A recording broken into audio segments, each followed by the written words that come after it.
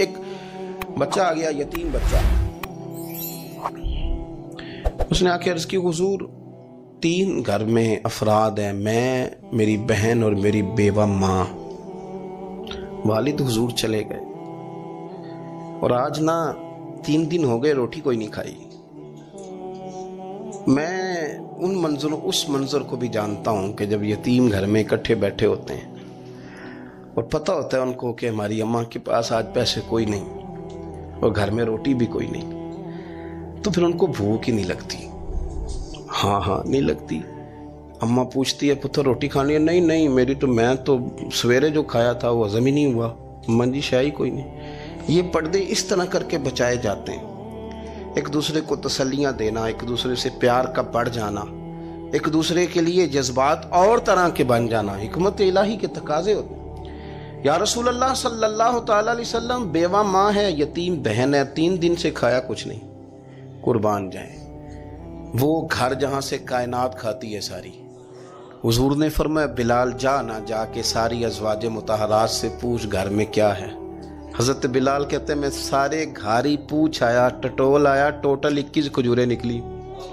یہ 2 جہاں کے شاہ ہیں اور پاس کچھ رکھتے نہیں, 2 جہاں کی نعمتیں ہیں, ان کے خالی ہاتھ میں حضور کے سارے گھر کو میں ڈھونڈ 21 کھجوریں نکلی تو لا کے میں نے پیش کر دی, تو حضور نے ڈائریکٹ اس کو نہیں دی, نبی پاک نے اپنے ہاتھ پہ رکھ لی. اور کہتے ہیں پھر حضور نے نا اپنا منہ مبارک قریب کیا کھجوروں کے. صحابہ خود فرماتے ہیں کہ یہ جو حضور نے منہ مبارک قریب کیا ہے نا, تو نبی پاک برکت کی دعا کر رہے تھے. 21 کھجوروں پہ برکت کی دعا ہوئی. حضور نے اس بچے کو بلایا, تھپکی دی, فرمایا لے جا 7 تیری 7 تیری بہن کی. انہیں معمولی نہ سمجھنا ہو تو حضرت بلال کہتے ہیں حضور 3 بھی دے دینا کبھی تو 30 سال ختم ہی نہیں ہوتی. 30 سال گزر جاتے ہیں, نکالتے رہو, کھاتے رہو, ختم ہی نہیں ہوتی. حضور نے فرمایا 7 تیری, 7 تیری بہن کی, 7 تیری والدہ کی, اور 7 حضور نے اور بھی تلقین فرمائی. فرمایا ایک سویرے کھایا کرنا, ایک شام کو کھایا کرنا. یہ لے جا. حضرت سیدنا بلال حبشی کہتے ہیں رضی اللہ تعالیٰ عنہ کہ بچہ لے کے جب باہر نکلا تو حضرت سیدنا معاذ ابن جبل دوڑ کے گئے اور جا کے بچے کے سر پہ شفقت سے ہاتھ پھیرا. کا فکر نہ کرنا, رب کریم تجھے بہترین سرپرست عطا کرے گا. پتر پریشان نہ ہونا, اللہ تیری مدد کرے گا. صرف حوصلہ دیا, سر پہ دست شفقت پھیرا. بچہ چلا گیا تو حضور نے فرمایا معاذ ادھر آؤ نا ذرا. یا رسول اللہ حکم ہو. فرمایا کس چیز نے تمہیں اٹھایا بچے کے سر پہ ہاتھ رکھنے کے لیے؟ کس نے تمہیں کہا, کس چیز نے تمہیں اٹھایا جو تم بچے تک پہنچ گئے؟ عرض کی یا رسول اللہ, وہ جو میرے دل میں اللہ نے یتیم کے لیے رحمت رکھی ہے نا, اس نے مجھے اٹھایا تھا. اور میں نے جا کے اس کے سر پہ دست شفقت پھیرا تو حضور فرمانے لگے سن پھیر, جو کسی یتیم کے سر پہ خالی ہاتھ بھی پھیر دے, جتنے بال اس کے ہاتھ کے نیچے آئیں گے نا, رب اتنی خطائیں معاف کرے گا, اتنی نیکیاں دے گا, اتنے درجے اس کے بلند کر دے گا. خالی دست شفقت ہی پھیر دے. دینا دلانا تو بعد کی بات ہے, اس کا خیال رکھنا. تو یہ جو ہمارے مدارس ہیں نا, ان میں اکثر بچے غریب ہوتے ہیں, لیکن کچھ بچے تگڑے گھروں کے بھی ہوتے ہیں, مالدار گھروں کے بھی ہوتے ہیں. اس میں اگر کوئی ایسا بچہ آ بھی جاتا ہے نا جو یتیم ہے, کمزور ہے, تو وہ اپنے آپ کو محسوس نہیں کرتا کمزور, کیونکہ وہ یہ نہیں سمجھتا کہ میں یتیم خانے میں آیا ہوں. اس کے ذہن میں مائنڈ سیٹ یہ ہوتا ہے کہ میں مدرسے میں آیا ہوں اور میں پڑھنے کے لیے آیا ہوں. اور چونکہ وہ کچھ وزادار بچے, مالدار بچوں کے ساتھ وقت گزارتا ہے, اسی دسترخوان پہ بیٹھ کے کھاتا ہے, اسی کلاس میں سب کے ساتھ بیٹھ کے پڑھتا ہے, تو اس کی عزت نفس مجروح ہونے کی بجائے طاقت پکڑتی. وہ برابری کی سطح پہ جب آتا ہے تو اسے محسوس ہوتا ہے کہ مجھے عزت دی جا رہی. اس لیے مدارس اسلامیہ میری نظر سب سے مضبوط جگہ ہیں جہاں مساکین کی, یتیموں کی, غریبوں کی صحیح معنوں میں کفالت بھی ہوتی ہے, تعلیم بھی ہوتی ہے, عزت بھی ہوتی ہے, تربیت بھی ہوتی ہے. میرے رسول کریم علیہ السلام بڑے انہماک کے ساتھ, بڑے توجہ کے ساتھ. اچھا ایک کام اور ہوتا ہے ہمارے ہاں, وہ کیا ہے, اگر کوئی یتیم مال چھوڑ گیا نا اس کا باپ, تو پھر تو بارے نہیں آ رہے ہیں اس کے. پھر تو اللہ خیر کرے کہ بہت سارے مل جائیں گے کفالت کرنے والے, بہت سارے ملیں گے دھیان رکھنے والے, بڑے سارے ملیں گے توجہ دینے والے. قرآن مجید نے فرما دیا ہے کہ جو یتیم کا مال کھاتا ہے وہ سمجھ لے کہ میں مال نہیں کھا رہا, میں آگ کھا رہا ہوں, آگ کھا رہا ہوں, آگ. سورہ نساء دیکھیے ہمارے ہاں اگر تو وہ مال چھوڑ گیا ہے تو پھر تو بہت سارے رشتہ دار مستقل اس کے محلے میں مکان لینے کو تیار ہو جاتے ہیں، الا ماشاءاللہ۔ پھر تو بڑے سارے ایسے بھی رشتہ دار بن جاتے ہیں جن کو والد کی موجودگی میں کبھی زیارت کا موقع بھی نہیں ملا تھا۔ یہ مال جو یتیم کا ہے اس کی تو زیادہ حفاظت کرنی تھی۔ ہم کئی دفعہ مسئلہ بتاتے ہیں، لوگ فتویٰ بازی شروع کر دیتے ہیں۔ مجھے بلایا گیا کہ ایک صاحب کا انتقال ہو گیا تو ان کا ختم شریف ہے، تو بچے ان کے نابالغ ہیں، تو میں نے کہا کہ آپ اس طرح کریں، ان کے مال میں سے زیادہ پیسے نہ صرف کریں۔ نہیں جی نہیں، بڑے پیسے کمائے ہیں جی، اس نے ساری زندگی باہر نکالی ہے تو لاکھوں کروڑوں کمائے ہیں، تو چھوٹا گوشت پکائیں گے، بکرے کا گوشت پکائیں گے اور ہم ان کا ختم شریف دلائیں گے۔ تو میں نے کہا صاحب آپ رشتہ دار ہیں، ان کے بچوں کے مال کی حفاظت کریں۔ ختم شریف تو اس میں گوشت زیادہ ہونا ضروری نہیں، اس میں تو درد سے دعا کرنا ضروری ہے، اس میں تو تلاوت قرآن پاک کے سال ثواب میں ضروری ہے، ذکر اذکار ضروری ہیں۔ لیکن کیا کیا جاتا ہے کہ بے دریغ مال ان کا اگر ہو تو، ایک حدیث پاک ہے بخاری مسلم میں، بڑے غور سے سنیے گا اور اس کے اندر جتنے پہلو ہیں ان پر پوری توجہ دیجئے گا کہ کہیں ہم ادھر آ تو نہیں گئے۔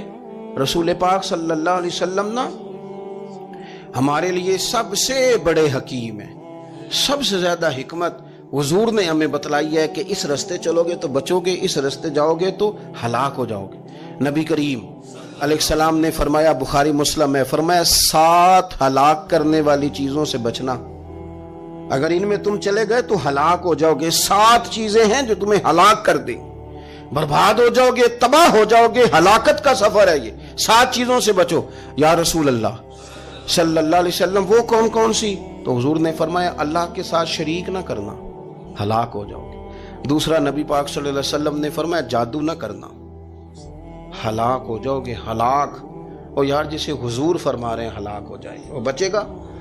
نبی پاک صلی اللہ علیہ وسلم نے تیسرے نمبر پر فرمایا جس شخص کے قتل کرنے کو اللہ نے حرام قرار دیا ہے اسے قتل نہ کرنا، ہلاک ہو جاؤ گے۔ چوتھے نمبر پر رسول پاک علیہ السلام نے فرمایا سود نہ کبھی بھی کھانا، ہلاک ہو جاؤ گے، ہلاک۔ بڑی بڑی دلیلیں دی بینک والوں نے، بڑا سمجھایا تو عادی صاحب مان گئے، محترم مان گئے، کہنے لگے نہیں جی نہیں وہ کاروبار میں لگاتے ہیں۔ بڑے بھولے بالے ہیں ہم، پتہ سارا ہے۔ اور دیکھو سب کاموں کے باوجود مستقل بینکوں میں پیسے اس اکاؤنٹ میں رکھے ہوئے ہیں جہاں سے مستقل سود آتا ہے۔ حضور نے فرمایا نہ کرنا یہ کام۔ تو کہتا ہے میں سود پہ پیسے لے کے کاروبار چمکاؤں گا، تیرے نبی پاک نے تو فرمایا تو ہلاک ہو جائے گا۔ تو کہتا ہے میں میل لگاؤں گا، حضور نے تو فرمایا ہلاکت ہے۔ تو کہتا ہے میں بڑا کچھ کر جاؤں گا تو ہلاکت ہے۔ اچھی طرح سمجھ لیں، اصل مال بھی ضائع ہو جاتا ہے اس بندے کا جو سود کا مال ملا لیتا ہے، اصل برکت بھی اڑ جاتی۔ اور میرے نبی پاک صلی اللہ علیہ وسلم نے 5ویں نمبر پہ فرمایا یتیم کا مال نہ کھانا، ہلاک ہو جاؤ گے۔ نہ کھانا ان کا مال، یہ کروڑوں ہو، اربوں ہو یا 10 روپے ہو، یتیم کا پیسہ نہ کھا جانا، ہلاک ہو جاؤ گے، ہلاکت تمہیں آ لے گی۔ اور پھر 6 نمبر پر نبی پاک علیہ السلام نے فرمایا کفر سے جہاد ہو رہا ہو تو کبھی پیٹ پھیر کے بھاگنا نہ، ہلاک ہو جاؤ گے۔ اور 7ویں نمبر پر اللہ کے رسول نے فرمایا بے قصور اور بے گناہ عورت پر تہمت نہ لگانا، بلا وجہ بہو کے کھاتے نہ کچھ ڈال دینا، بلا وجہ بھابھی اور بیوی اور کسی بھی خاتون پر کوئی الزام بے قصور عورت پر بہتان نہ لگانا۔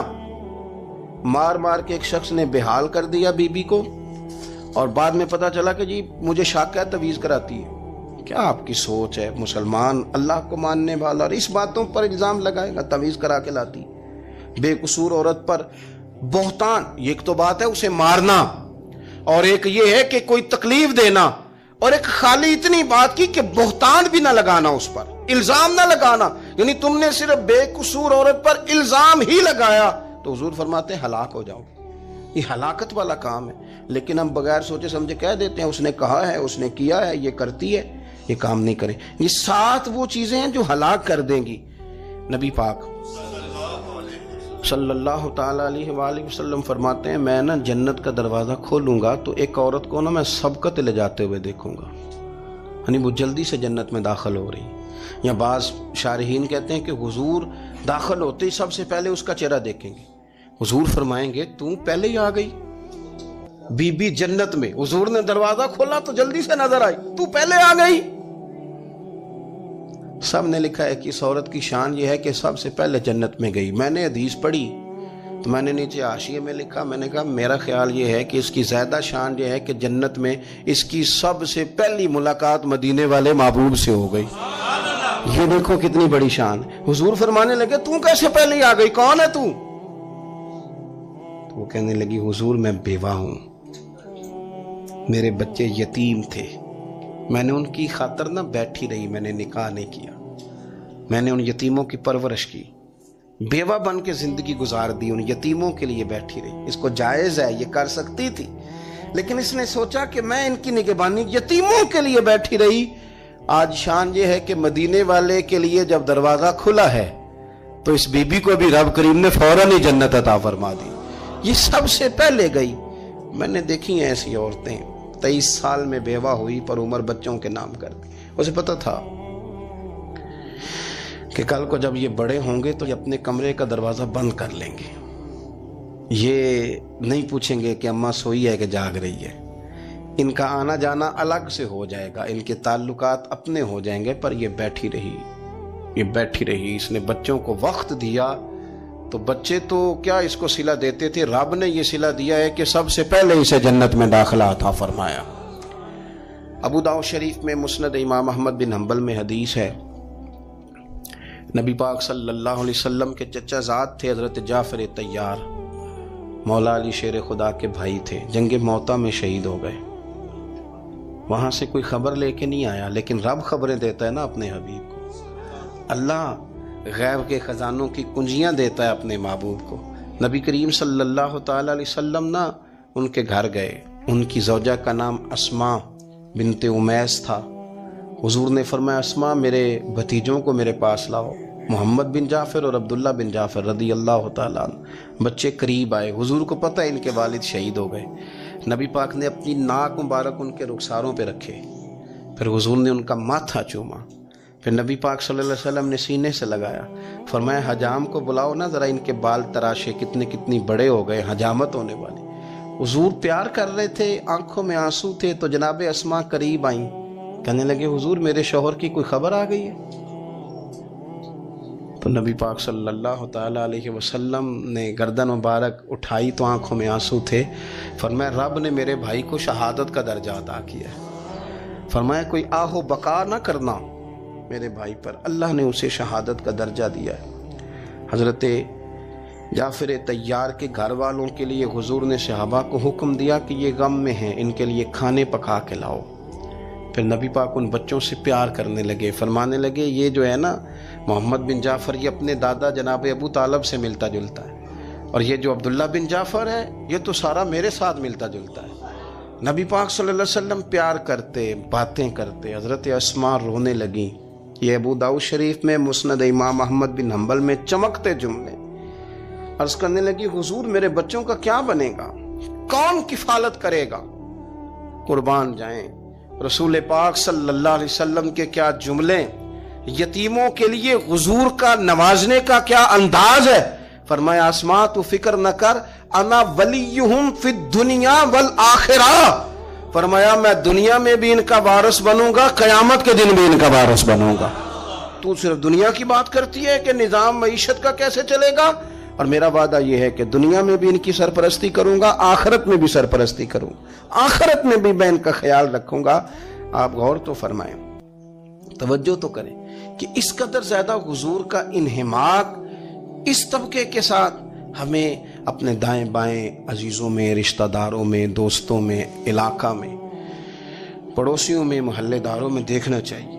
یہ بچے بیچارے میں نے دیکھا ہے، ان کے بگڑنے میں اصل بات یہ ہوتی ہے کہ کوئی مخلص ہو کے سرپرست نہیں بنتا۔ آگے بڑھیں، اپنی اپنی خدمات پیش کریں، اور جس طرح ہمارا بچہ بگڑ جائے تو ہم اس کے لیے پوری کوشش کرتے ہیں، جد و جہد کرتے ہیں، حالات، واقعات، پس منظر، پیش منظر کا جائزہ لیتے ہیں کہ کون سے اسباب اختیار کیے جائیں تو یہ ٹھیک ہو سکتا ہے۔ وہ ساری چیزیں ان کے لیے بھی ہمیں اختیار کرنی چاہیے، اور یہ بچے اگر احساس ذمہ داری پکڑ جائیں، جو وارث سے محروم ہو جاتے ہیں، یہ اگر احساس ذمہ داری پکڑ جائیں تو پھر یہ قوموں کی قیادت کرتے ہیں، پھر یہ بہت بڑے جانباز ثابت ہوتے ہیں، پھر یہ اپنے گھر گھرانے کا نہیں، یہ ملتوں کے، قوموں کے لیے مشعل راہ بنتے ہیں۔ لیکن شرط یہ ہے کہ ہم ان کے لیے اپنے دلوں کو کشادہ کریں، سینوں کو وسیع کریں۔ اللہ کریم سمجھنے کی توفیق عطا فرمائے۔ آخر